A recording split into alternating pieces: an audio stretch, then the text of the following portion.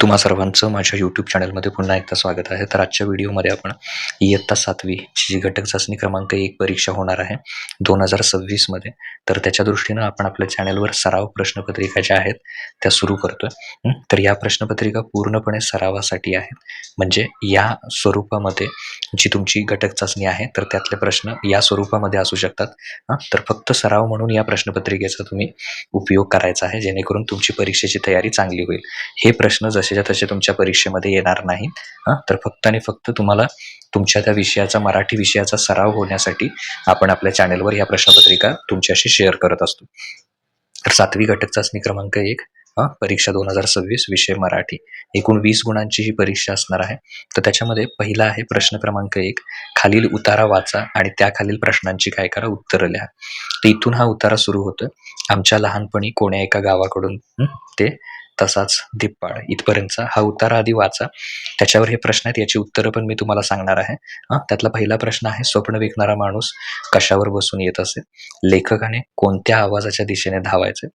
स्वप्न विकणाऱ्या माणसाचं वर्णन करा. तर सगळ्यात पहिल्यांदा हा उतारा तुम्ही वाचा आणि त्याची उत्तरं शोधा. मी आता उत्तरं काय करतोय त्याची सांगायला सुरू करतोय. तर बघा, पहिलं तुम्ही व्हिडिओ पॉज करू शकता आणि स्वतः शोधू शकता.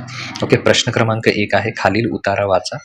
आणि पालकांना सुद्धा काय रिक्वेस्ट आहे की इथे व्हिडिओ पॉज करा, त्यांना शोधायला लावा, वहीत लिहायला लावा आणि मग तुम्ही त्यांची ही उत्तरं चेक करू शकता. आता पहिल्याचं उत्तर आहे, स्वप्न विकणारा माणूस घोड्यावर बसून येत असे.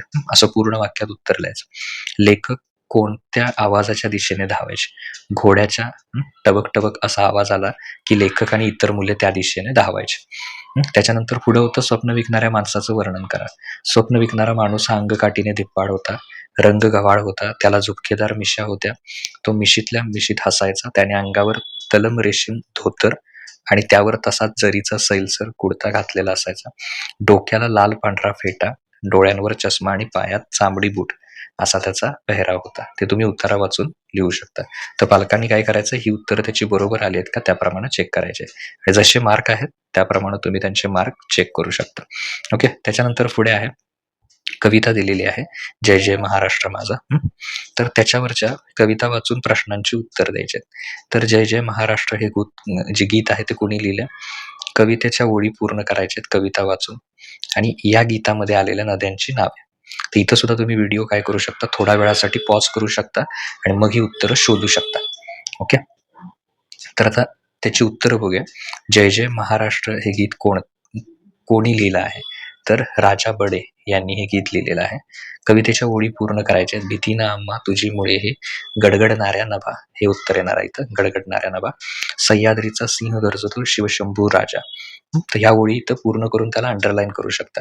आता या गीतामध्ये आलेल्या नद्यांची जी नावं आहेत तर ती नद्यांची नावं काय करायची आहेत, लिहायची आहेत. तर या गीतामध्ये कुठल्या कुठल्या नद्या आलेल्या आहेत? रेवा, वर्धा, कृष्णा, कोयना, भद्रा, गोदावरी, यमुना या नद्यांची याच्यामध्ये नावं आलेली आहेत. आता त्यानंतर व्याकरणावरचे प्रश्न आहेत. समानार्थी शब्द लिहायचे. पाणी आणि नभ, स्त्रीलिंगी हरण आणि राजा यांना खालील वाक्यातील क्रियाविशेषण ओळखायचं. तो झटकन उठला, मी तुला नेहमी सांगतो, यातलं. आता व्याकरणावर आधारित प्रश्नांची उत्तर. पाणीला समानार्थी शब्द कुठला? जल किंवा नीर. नभ याला समानार्थी शब्द आकाश किंवा आभाळ. त्याच्यानंतर स्त्रीलिंगी रूप लिहा. हरण हरिणी, राजा राणी. त्याच्यानंतर वाक्यातील क्रियाविशेषण ओळखायचं आहे. तो झटकन उठला मध्ये कोण आहे क्रियाविशेषण? झटकन. मी तुला नेहमी सांगतो त्यातलं कोण आहे? नेहमी. तर ही त्याची उत्तर आहेत. आता त्याच्यानंतर पुढचं आहे, खालीलपैकी एका विषयावर निबंध लिहा. तर शाळेचा पहिला दिवस किंवा माझा आवडता सण दिवाळी, कुठलाही लिहा एखादा. तर दोन्हीचेही निबंध मी तुम्हाला दिलेले आहेत. पर्याय 1 आहे, माझा आवडता सण दिवाळी. तर याची हा सगळा आहे भारतात. तर तो मी तुम्हाला वाचून दाखवतोय. तुम्ही एक्झॅक्टली असाच लिहायला पाहिजे असं नाही, पण तुम्हाला आयडिया येईल की निबंध कसे लिहायचे. तर असे पॅरेग्राफ करून तुम्ही लिहू शकता. भारतात अनेक सण उत्साहाने साजरे केले जातात, पण त्या सर्वांमध्ये दिवाळी हा माझा आवडता सण आहे. दिवाळी हा दिव्यांचा आणि प्रकाशाचा सण आहे. हा सण शरद ऋतूमध्ये साधारण ऑक्टोबर किंवा नोव्हेंबर महिन्यात येतो. दिवाळीच्या काही दिवस आधीपासून घरात साफसफाई आणि तयारी सुरू होते. माझी आई घरातले वेगवेगळे चटपटीत आणि गोड पदार्थ बनवते, ज्याला आपण फराळ म्हणतो. लाडू, करंजी, चकली आणि शेव खाण्याची मजा काही वेगळीच असते. दिवाळीच्या दिवशी आम्ही घराबाहेर सुंदर आकाशकंदील लावतो आणि अंगणात रंगीबिरंगी रांगोळी काढतो. संध्याकाळी घराच्या अवतीभोवती पणत्या म्हणजे दिवे लावले जातात, ज्यामुळे सगळा परिसर उजळून निघतो आणि नवीन नवीन कपडे घालून आम्ही सर्व मित्र-मैत्रिणी एकत्र येतो. फटाके वाजवून आनंद साजरा करतो. दिवाळी हा सण अंधारावर प्रकाशाचा आणि वाईटावर चांगल्याचा विजय दर्शवतो. हा सण सर्वांना एकत्र आणतो आणि मनात आनंद भरतो. म्हणूनच दिवाळी हा आवडणारा सण आहे. किंवा तुम्हाला शाळेचा पहिला दिवस हा जर लिहायचा असेल, तर हा निबंध तुम्ही लिहू शकता.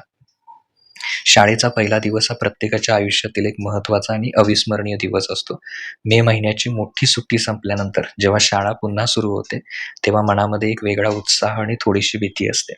शाळेच्या पहिल्या दिवशी सकाळी उठून नवीन गणवेश, युनिफॉर्म म्हणतो त्याला आपण, घालणे, नवीन दप्तर, पुस्तके, वह्यांची आवराआवर करणे, यात खूप मजा येते. नवीन पुस्तकांचा तो सुवास मनाला खूप आनंद देतो.